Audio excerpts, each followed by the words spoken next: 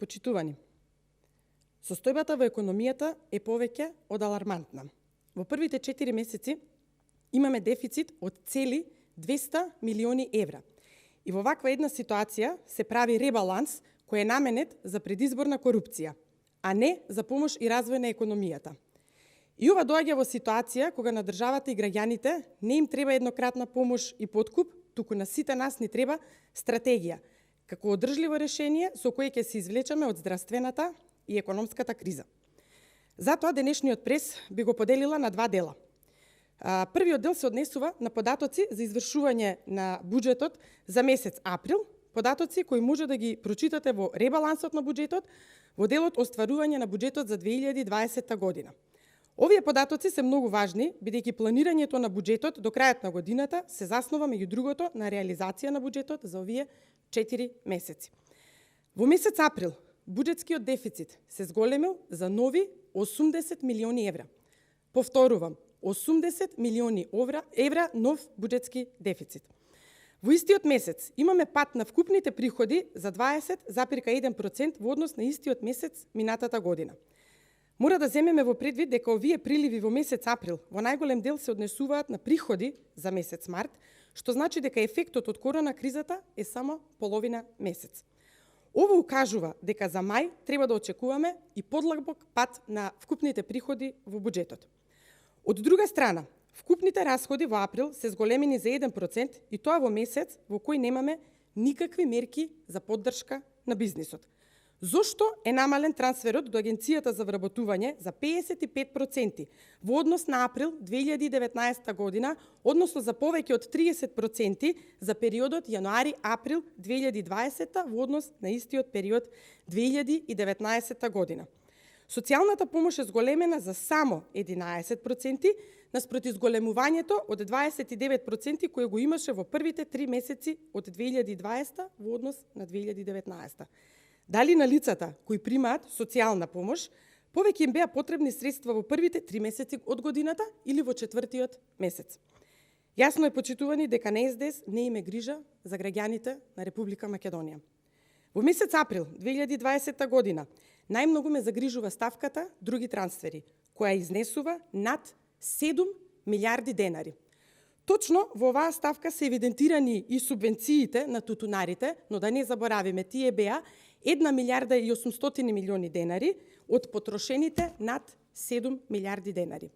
Оваа ставка има раст за 74% во однос на 2019 година, но затоа ставката здравствена заштита, каде што најмногу требаше да се потроши во месец април, е порасната за скромни 1,3% или само 568.000 евра на годишна основа.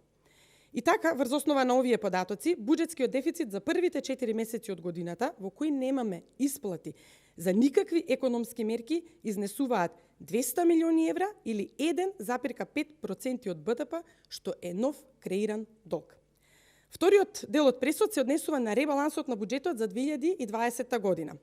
Од податоците презентирани во ребалансот на буџетот може да се види дека за периодот јануари-април имаме остварување на 27,3% од вкупните планирани приходи за 2020 година.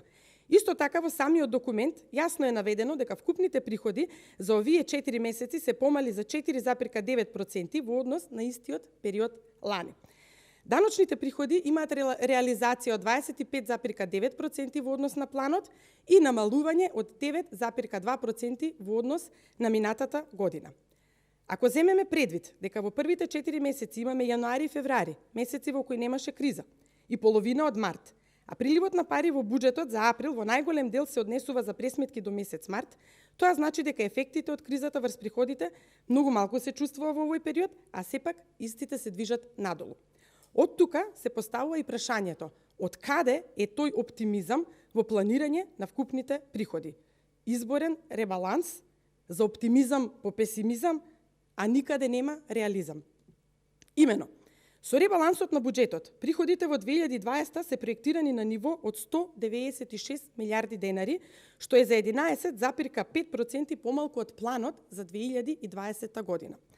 Напоменувам дека најоптимистичкото сценарио дадено претходно од ММФ на почетокот на кризата беше намалување на планот на приходите за околу 20%.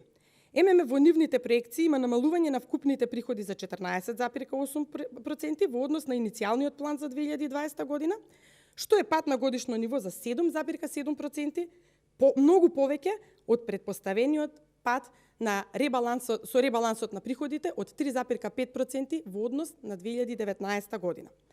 Податоците од погоре јасно укажуваат дека оваа година падот на вкупните приходи ќе биде поголем, особено ако се земе предвид фактот дека ефектите од април и мај ќе се чувствуваат во мај-јуни, а до крајот на годината ќе живееме со позабавено темпо, почитувајќи одредени протоколи кои нема да ја дозволат на економијата така брзо да се врати во нормала. Во ребалансот на буџетот на централна влада на ставка плати, владата крати, потенцирам, само 6,5 милиони евра од вкупно планиран раст на плати за оваа година од околу 42 милиони евра. Почитувани граѓани, ова јасно покажува дека во претходниот едногодишен предизборен период имаше масовно вработување во јавниот сектор, што повеќе го оптоварува буџетот за плати за 2020 година до сега и од сега натаму. Тоа понатаму значи дека во изминатиот период нашите обвинувања, упатени кон власта, има основ. Во однос на ставката стоки и услуги на централна влада, за мене и понатаму останува неодговорено прашањето каде ќе се потрошат 41 милион евра повеќе во однос на 2019 година.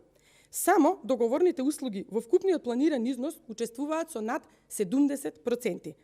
Расходите пак за патување во земја и во странство се скратени за скромни 17,4%. Падот на оваа ставка во месец април за 33% јасно укажува дека во период на карантин не се троши. Од таа причина не знам зошто имаме таква проекција на ставката за стоки и услуги и нема корекција надолу. Ако ги погледнеме планираните расходи по буџетски корисници и подетално го разгледаме Министерството за здравство, ќе видиме дека планираните расходи се зголемени за само 720 милиони денари или нецели 12 милиони евра. Зошто не се планирани 34 милиони евра кои беа толку неопходни, итни, за кои се бараа средства од Светската банка? Кога е нешто итно и неопходно, за тоа средства мора да има. Истата ситуација имаме и во Министерството за труд и социјална политика. Што се случи со средствата не се потребни? Ве повикувам да ја погледнете ставката за социјална помош на централната влада, дали има промени меѓу првично планираниот буџет и овој со ребалансот. Нема. Почитувани, сите овие податоци јасно укажуваат дека огромна разлика има помеѓу она што СДС го зборува и тоа што СДС го прави на дело. Економските податоци покажуваат дека Македонија тоне, трошоците за непродуктивни цели растат, а стопанството крвари.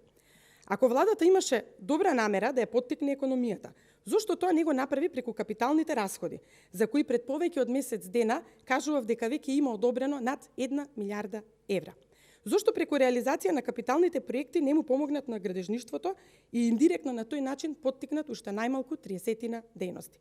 Зошто вонредната состојба не ја искористија за на побрз начин се донесат одлуки поврзани со одредени капитални проекти со цел да се олесни процесот и да се забрза изведбата?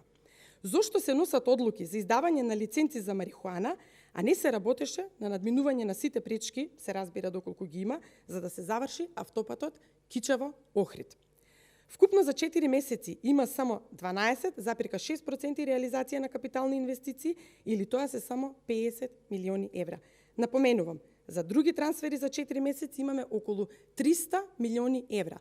И ако во нив имаме 50% блок дотации, сепак остануваат неверојатни 150 милиони евра потрошени за други трансфери. Почитувани, ВМРО ДПМН е различно од СДСМ и парите на сите треба да се трошат рационално и домакински. Тие говорат за еднократни мерки. Ние зборуваме за стратегија. А повеќе од јасно е дека владата на СДСМ размислува само за избори и повторно го потценува народот, мислејќи дека во овие тешки моменти со разноразни празни ветувања ќе успее да им ги избрише сите лоши политики кои ги гледаме секој ден. Ви благодарам.